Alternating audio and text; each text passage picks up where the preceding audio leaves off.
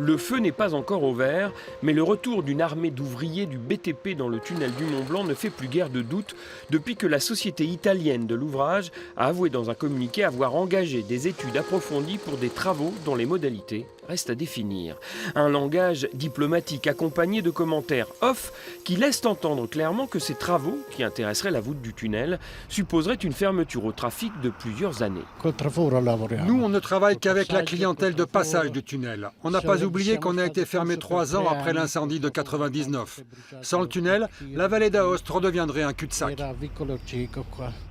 Une grande peur de la fermeture qui a rapidement gagné la classe politique valdôtaine, à commencer par la présidence de la région, actionnaire minoritaire de la société italienne du tunnel du Mont-Blanc.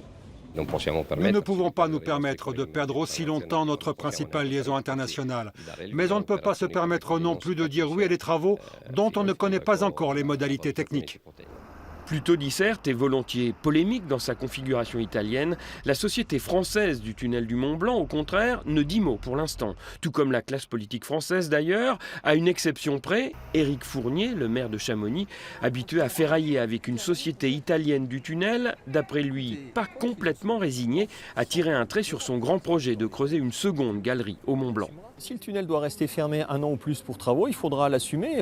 Nous avons dû malheureusement et de manière dramatique après l'accident de 1999 assumer ce type de fermeture-là. Nous pouvons le faire à nouveau et il est en tout état de cause préférable de faire cela que de véritablement procéder à un investissement qui serait contre nature, c'est le cas de le dire, contre l'environnement, contre la qualité de nos sites. Donc des travaux de maintenance, oui, évidemment, il faut les faire. Pour la sécurité, pour l'amélioration de l'ouvrage, indoublement, résolument, la réponse est définitivement non. Alors, ce tunnel fermera ou fermera pas?